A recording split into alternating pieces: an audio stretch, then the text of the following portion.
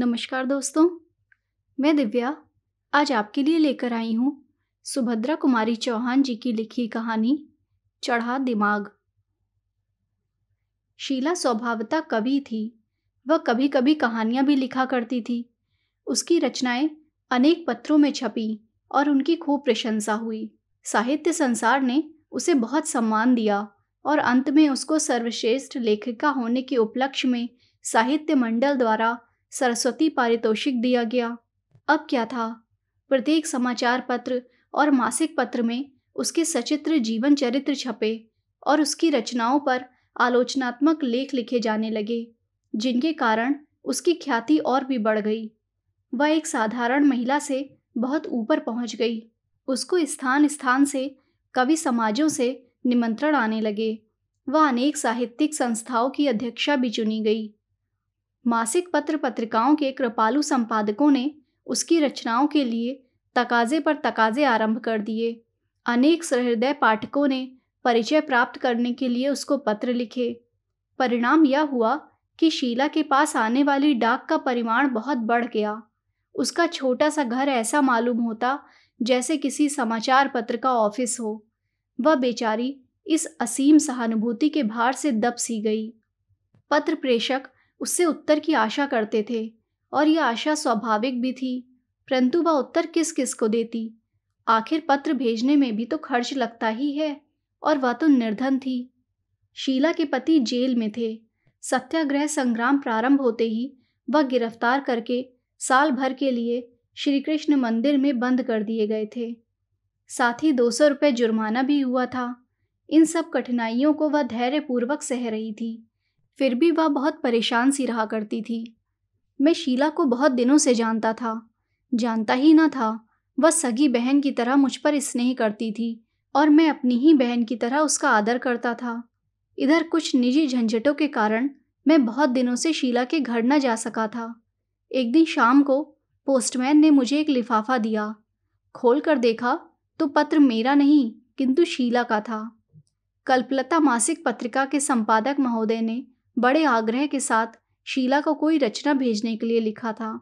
वह पत्रिका का कोई विशेषांक निकाल रहे थे। पत्र समाप्त करते करते उन्होंने यह भी लिखा था कि उसकी रचना के बिना उनका विशेषांक अधूरा ही रह जाएगा। उस जैसी विदुषियों के सहयोग से वह कल्पलता के विशेषांक को सफल बना सकेंगे। पत्र को उलट पलट कर देखा, मालूम होता था संपादक महोदय ने भूल से लिफाफे पर मेरा पता लिख दिया था, क्योंकि मैं भी कभी कभी कल्पलता में अपनी तुकबंदियां भेज दिया करता था। जैसा कि मैंने पहले ही कहा है, मैं बहुत दिनों से शीला के घर न जा सका था और अब अकस्मात ही यह पत्र उसे देने का प्रसंग आ गया। इसलिए दूसरे ही दिन प्रातःकाल मैं उसके घर गया। शीला का घर छोटा सा था और गृहस्थी भी थोड़ी सी। घर में कोई पुरुष नहीं था। उसकी बूढ़ी सास थी और एक नन्हा सा बच्चा था। ये शीला की ही संरक्षता पर निर्भर थे। अपने पति की अनुपस्थिति में भी वह गृहस्थी को सुचारू रूप से चलाई जा रही थी। उसके इस असीम धैर्य और साहस की मैंने मन ही मन प्रशंसा की। जब मैं वहां पहुंचा, वह आंगन में बैठी कुछ लिख रही थी। मैंने देखा उसका छोटा सा बच्चा दौड़ता हुआ आया और किलकारी मारकर पीछे से उसकी पीठ पर चढ़ गया। साथ ही उसके लिखने में फुल स्टॉप लग गया। मैंने पूछा, क्या लिख रही हो? कल्पलता के लिए कहानी लिख रही थी। वह मुस्कुरा कर बोली, पर जब यह लिखने दे तब ना। उसने वाक्य को पूरा किया। मैंने पूछा, कितनी बाकी है? कहानी तो पूरी हो गई, पर इसके साथ उन्हें एक पत्र भी तो लिखना पड़ेगा, शीला ने कहा। मैंने उस कहानी को लेने के लिए हाथ बढ़ाया, पर वह मुझे बीच में ही रोककर मुस्कुराती हुई बोली, लो पहले इसे तो पढ़ लो, फिर कहानी पढ़ना। कहते हुए उसने एक लिफाफा मेरी ओर बढ़ा दिया। लिफाफे पर पता शीला का और पत्र मेरा था। कल्पलता के संपादक महोदय ने मुझसे भी शीला की कोई रचना भिजवाने के लिए आग्रह किया था। साथ ही उलाहना भी दिया था कि उन्होंने शीला को कई पत्र लिखे, किंतु उसने एक का भी उत्तर नहीं दिया और अंत में बहुत क्षुब्ध होकर उन्होंने लिखा था, इस चढ़े दिमाग का कुछ ठिकाना भी है? मैंने पत्र समाप्त करके शीला की ओर देखा। वह मुस्कुरा रही थी, किंतु उस मुस्कुराहट में ही उसकी आंतरिक वेदना छिपी थी। उसकी असमर्थता की सीमा निहित थी। कदाचित उन्हें छिपाने के लिए ही प्रहरी की तरह मुस्कुराहट उसके होंठों पर खेल रही थी। कुछ क्षण तक चुप रहने के बाद मैंने पूछा, क्या लिख दूं संपादक जी को? लिखोगे क्या? उन्हें यह कहानी भेज दो, उसने उसी मुस्कुराहट के साथ उत्तर दिया। पर उन्हें ऐसा न लिखना चाहिए था, मैंने सिर नीचा किए हुए ही कहा। उन्होंने कुछ अनुचित तो लिखा नहीं, उसने गंभीर होकर कहा। कई पत्रों का लगातार उत्तर न पाने पर लोगों की यह धारणा हो जाना अस्वाभाविक नहीं है। उनकी जगह पर क्षण भर के लिए मुझे या स्वयं अपने को समझ लो, फिर सोचो, लगातार 3-4 चिट्ठियां भेजने पर भी यदि कोई तुम्हें उत्तर ना दे तो फिर उसके बारे में क्या सोचोगे? यही ना कि बड़ा घमंडी है, चिट्ठियों का उत्तर नहीं देता। मैं निरुत्तर हो गया। दोनों चिट्ठियां मेरे हाथ में थीं, दोनों की तारीखें एक थीं। मैं समझ गया कि जल्दी जल्दी में संपादक महोदय ने मेरा पत्र शीला के लिफाफे में और उसका मेरे लिफाफे में रख दिया। मुझे कुछ हंसी आ गई। मैंने शीला का पत्र उसकी ओर बढ़ाते हुए कहा, लो, यह पत्र तुम्हारा है, मेरे पास उसी तरह चला आया जिस तरह मेरा पत्र तुम्हारे पास आ गया है। वह पत्र पढ़ने लगी। मैंने उसकी कहानी उठा ली। इसी समय बाहर कुछ कोलाहल सुन पड़ा।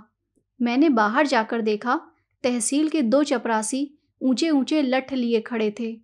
पूछने पर मालूम हुआ कि शीला के पति पर जो 200 का जुर्माना हुआ था, उसे वसूल करने के लिए कुर्की आई है। मैंने उन्हें समझ बुझाकर घर बिना कुर्क किए ही वापस भेजने का प्रयत्न किया, पर वे भला क्यों मानने लगे? कदाचित नगद नारायण से उनकी पूजा होती तो देवता कुछ ठंडे पड़ जाते, पर वहां ना तो शीला के ही पास कुछ था और ना मेरे। आखिर कुर्की शुरू हुई। वे लोग घर के अंदर से सामान ला लाकर बाहर रखने लगे। बक्स, मेज, कुर्सियां, अलमारी, तस्वीरें, बर्तन इत्यादि। तात्पर्य यह कि जो कुछ भी सामान था, एक एक करके सब बाहर आ गया और सब चीज़ों की एक दुकान सी लग गई। शीला शांतिपूर्वक यह सब देख रही थी, किंतु उस शांति के नीचे प्रचंड विषाद छिपा था। मुझसे उसके चेहरे की ओर नहीं देखा जाता था। मैं अपने भाईपन को मन ही मन धिक्कार रहा था। मेरे सामने ही मेरी बहन की लुटिया थाली नीलाम होने जा रही थी, किंतु मैं कुछ कर न सकता था। खैर, उन सब वस्तुओं की एक सूची तैयार करके चपरासी सामान ठेले पर लाद कर ले जाने लगे। सामान में बच्चों की एक ट्राइसिकल भी थी। शीला का बेटा ब्रजेश अमाली ताइकिल कह के मचल पड़ा। शीला कुछ भी न कह सकी। बच्चे को जबरन गोद में उठाकर वह दूसरी ओर चली गई। सामान चला गया। मैंने अंदर जाकर देखा, वह बैठी बच्चे को कुछ खिला रही थी। उसने मेरी ओर देखा, उसकी आंखें सजल थीं। मैंने सांत्वना के स्वर में कहा, बहन, देशभक्तों की यही तो अग्नि परीक्षा है। थोड़ी देर बाद उसकी कहानी लेकर मैं घर लौटा। घर आकर मैंने वह कहानी पढ़ी और उसी प्रकार कल्पलता के संपादक के पास भेज दी। कहानी का शीर्षक था चढ़ा दिमाग। धन्यवाद।